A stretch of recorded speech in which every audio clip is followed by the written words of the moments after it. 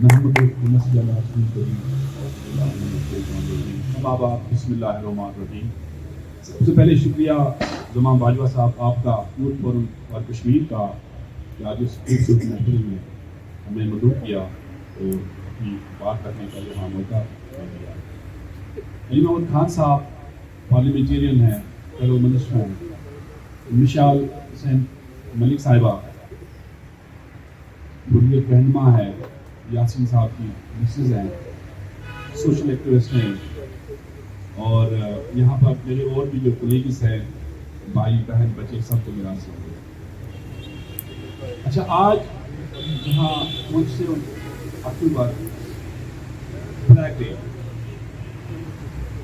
اس دن ہم مختلف تقریبات انعقاد کرتے ہیں, سیمینار یہاں پر ہم منعقد کرتے ہیں, کانفرنسز ہوتی ہے, ڈیمانسٹریشنز ہوتی ہیں, پروٹیسٹس ہوتی ہیں. اور آج بھی جہاں اس پوری لکیر کے دونوں جانب اعظم کشمیر میں بھی, پاکستان میں اور دنیا میں جہاں بھی مقیم ہیں, دراصل دنیا کو باور کرانے کے لیے. اور آج جہاں یوتھ فورم میں خوبصورت محفل یہاں سجائی ہے, تو اس میں دیکھوں یوتھ کیا ہے. یوتھ جو ہے, کیونکہ آپ ہمارا مستقبل ہو, آپ پاکستان کا مستقبل ہو, آپ ان بہن بھائیوں کی آواز کو جو اس پار کرب و ستم میں ہے, جن کو زدگوب کیا جاتا ہے, جن کی ایجوکیشن پچھلے 3 سال سے متاثر ہیں, ان کے یونیورسٹیز, کالجز, سکولز وہ جو بند پڑے ہیں. تو آج اس دن کی مناسبت سے اگر ہم بات کریں, 14 اگست کا دن 1947 برصغیر کے مسلمانوں کے لیے خوشی اور مسرت کا پیغام لے کر آنا. وہیں 27 اکتوبر 1947 کا جو یہ دن تھا, سیاہ ترین دن, اس دن ہمیں غلام کی زنجیروں میں جکڑا گیا اور تاریخی کا پیغام لے کے یہ دن آیا. وہیں آج جہاں ہم یوتھ سے یہاں بات کرتے ہیں, تو اس طرح سے میری بہن نے آپ کے ساتھ بات کی کہ آپ کی کیا رسپانسبلٹیز ہیں. جس طرح سے ابھی سوشل میڈیا کا دور دورہ ہے, اس کے کوئی بارڈرز نہیں ہے, ٹویٹر ہے, فیس بک ہے, انسٹاگرام ہے. آپ نے خالی یہ کرنا ہے کہ جو بھی ایٹراسٹیز ہو رہی ہیں, جو بھی ہیومن رائٹس وائلیشنز ہو رہی ہیں, جو بھی وہاں پر بچوں کے ساتھ زیادتیاں ہو رہی ہیں, جو بھی یہ کھیل کھیلا جا رہا ہے, اس کو آپ نے اپنے سوشل میڈیا پہ لانا. 2 لائنیں بنا کر, 2 لائنیں جس میں آپ انٹرنیشنل کمیونٹی کو ٹیگ کر سکتے ہیں. ان کو یہاں ڈونالڈ ٹرمپ, جو بائیڈن, دنیا کی تمام جو ڈگنیٹریز ہیں, جانس بورسن یا انٹونیو گوٹریس, ان کو ابھی ٹیگ کر سکتے ہیں. ایک نہ ایک وہ تصویر ضرور دیکھے گا, اگرچہ وہ ان معاملات سے باخبر ہے. ہم بدقسمتی سے آج مفادات کو دیکھا جاتا ہے, ہندوستان کے ساتھ وہ ٹریڈ کرتے ہیں, بزنس ہے ان کا. 47 کے بعد بہت ساری ریاستیں وجود میں آئی, ان کو آزادی ملی, رائٹ ٹو سیلف ڈٹرمنیشن ملا. لیکن 2 ایسے کانفلکٹ زونز ہیں جو حق آزادی سے محروم ہے. کشمیر ایک پاسٹائل ہے. اس میں انٹرنیشنل کمیونٹی کی جو ہے غفلت ہے, اس میں اقوام متحدہ کی جو ایک کوتاہی ہے, جہاں یہ پچھلے 74 سال سے حل طلب ہے.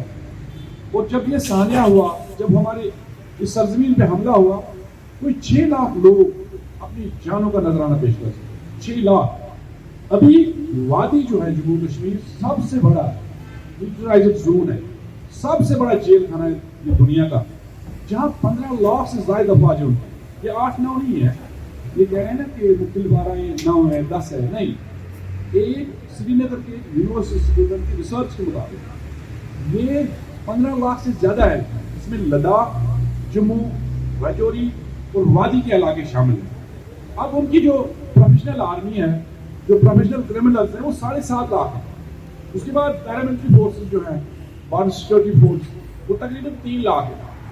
سینٹرل ریزرو پولیس فورس جو ہے CRPF, وہ بھی 2.5 لاکھ سے زیادہ ہے. اب انہوں نے ایک ولیج ڈیفنس کمیٹی کیسے, ولیج ڈیفنس کمیٹی کے نام سے ایک وہاں ایک جتھا بنایا ہے, ایک گلوں کی فورس بنائے ہیں جو جموں میں ہے زیادہ. وہ 2 ریجنز میں ہیں, پونچھ راجوری اور جموں ادھمپور سائڈ. ان کی 1 لاکھ تعداد ہے. اسی طرح سے وہاں پر انڈین جو پولیس ہے وہ 1.5 لاکھ ہے. تو یہ 15 لاکھ سے زیادہ بنتی ہے. اسی طرح سے انڈین جب بچیاں ماڈل فورس ان کی ہے. اچھا پھر ان کے جو انٹیلیجنس ہے, را ہے, آئی بی ہے, سی بی آئی ہے, تو پتہ نہیں کیا کیا برانچز ہیں, وہ الگ ہے اس سے. اچھا اس 15 لاکھ کی فوج جہاں خوفزدگی کا ماحول ہے, ہر گھر کے باہر فوجی کھڑا ہے, وہاں ہماری جو خواتین ہیں, جو بہنیں ہیں, جو بچیاں ہیں, وہ گھروں سے باہر نہیں نکلتی, ان کو ہراساں کیا جاتا ہے. اچھا جو ہمارے یوتھ ہے, اسٹوڈنٹ, ابھی آپ دیکھیں پچھلے دنوں نیوز آئی ہے کہ بازاروں یا تفریحی مقامات جو ہے نا, وہ یوتھ کو وہاں نہیں دیکھا جاتا, اس وجہ سے فورسز انہیں اٹھا کے لے جاتی ہے, آکوپیشنل فورس. اچھا وہ اب ان کے سامنے سے گزرنے سے ڈرتے ہیں, اب وہ گلی کوچوں سے نکلتے ہیں. اب جیسا کہ کالج, یونیورسٹی, اسکولز بند پڑے ہیں, ان کا ایجوکیشن متاثر ہے, ان کی تعلیم جو ہے وہ متاثر ہے, ان کا مستقبل تباہ ہے. تو اس صورت حال میں اب خود تقاضا کریں کہ ہمارے وہ بچے, ہمارے وہ بہن بھائی کس طرح سے زندگی بسر کر رہے ہوں گے.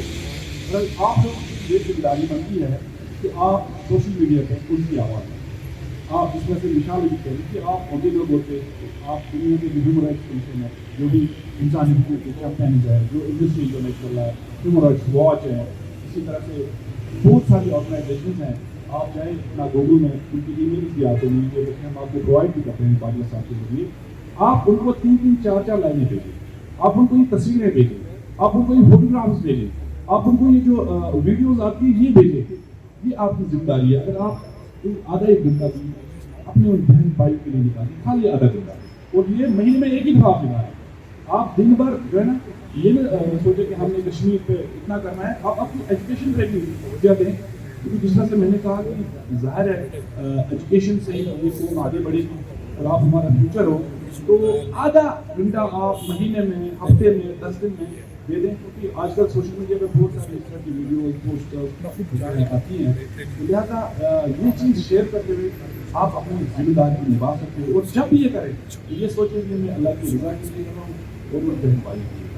تو یہ آپ نے. تو باقی اس طرح سے باجوہ صاحب نے کہا میں ایز ایکٹیوسٹ ہوں, کوئی لیڈر نہیں ہوں.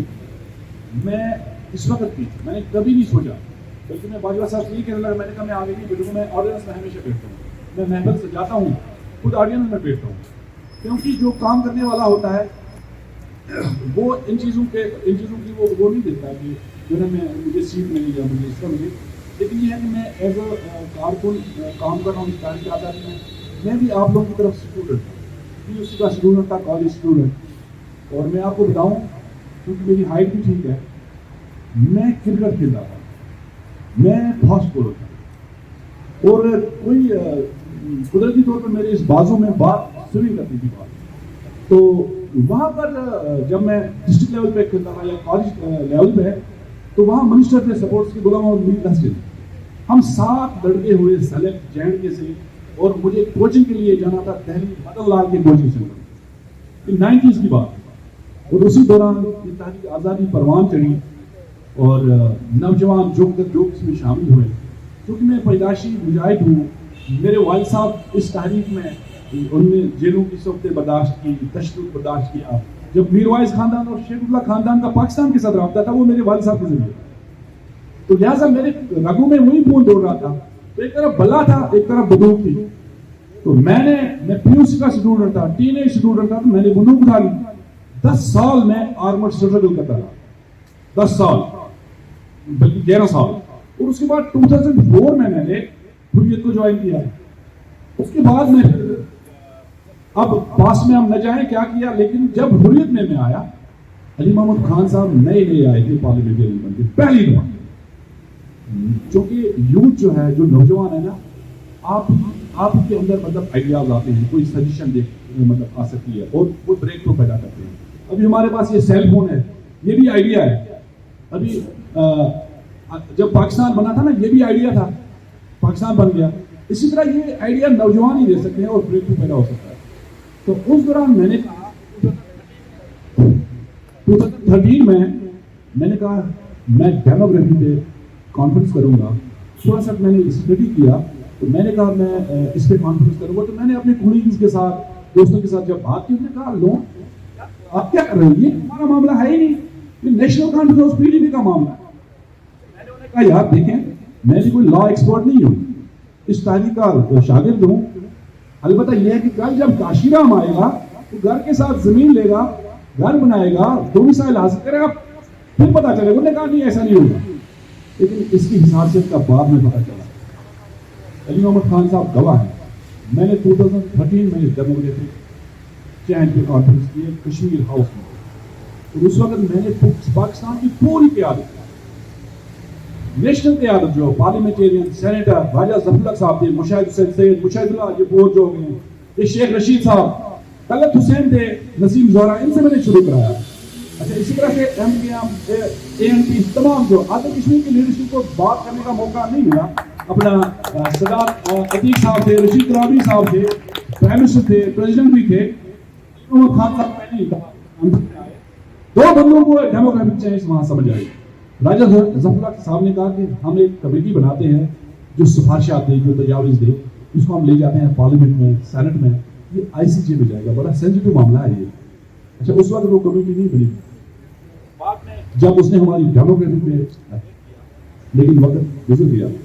پھر ایک انٹرنیشنل لا ایکسپرٹ ہے, جب ہم نے ان کو لایا تو انہوں نے کہا 50 کروڑ روپیہ مجھے دو, میں آئی سی جے میں وکیل ہائر کروں گا. اتنا پھر وہ مہنگا پڑ گیا ہمیں. بہرحال کوئی دیر نہیں, کوئی اپنا دیر نہیں ہوئی ہے. ہم ان چیزوں سے گھبراتے نہیں ہے, کیونکہ وہاں ریزسٹنس موجود ہے. اس سے پہلے بھی ہندوستان نے بڑے حربے آزمائے. اب بھی جو انہوں نے 35 لاکھ 24 جاری کیے, کوئی ہندو نہیں آیا, وہ نہیں آ سکتے وادی کے اندر, وہ نہیں رہ سکتے, وہ جیل خانے میں بند ہو جائیں گے, وہ باہر نہیں نکل سکتے. اب یہ ہندوستان حربے آزماتا ہے, ہتھکڑے آزماتا ہے. آج بھی دیکھیں ماورا عدالت قتل ہوتے ہیں, آج بھی دیکھیں جو ہے ہمارے بچوں کو گرفتار کیا جاتا ہے. پچھلے 3 ہفتوں سے 3000 بچے ہمارے گرفتار ہیں, 3000. اس میں کم عمر بچے بھی ہندوستان کے مختلف جیلوں میں لے جاتے ہیں. یہ کر کیا رہے ہیں؟ یہ لا حاصل مشق ہے. ان چیزوں سے ہم گھبرانے والے نہیں ہیں, ہم ڈرنے والے نہیں ہیں, جھکنے والے نہیں ہیں. ہمارے جو بچے ہیں یہ چوتھی نسل ہے ہماری, ان کے اندر یہ ٹرانسفر ہو گئی ہے. میں آپ کو بتاؤں, میرا ایمان پاکستان پہ بڑا کمزور ہے, لیکن وہ جو سری نگر میں بیٹھا ہے نا, وہ کہتا ہے پاکستان کے بغیر میں زندہ نہیں رہا. وہ ہلالی پرچم کہتا ہے کہ جب میں شہید ہو جاؤں مجھے یہ لپیٹ کر دفن کرو. یہ پیغام ہے پوری دنیا کو کہ ہم پاکستانی ہیں, پاکستان ہمارا ہے. تو لہٰذا یہ رشتہ ہندوستان 15 لاکھ اور مزید کو لائے نا, یہ رشتہ نہیں ختم کر سکتا.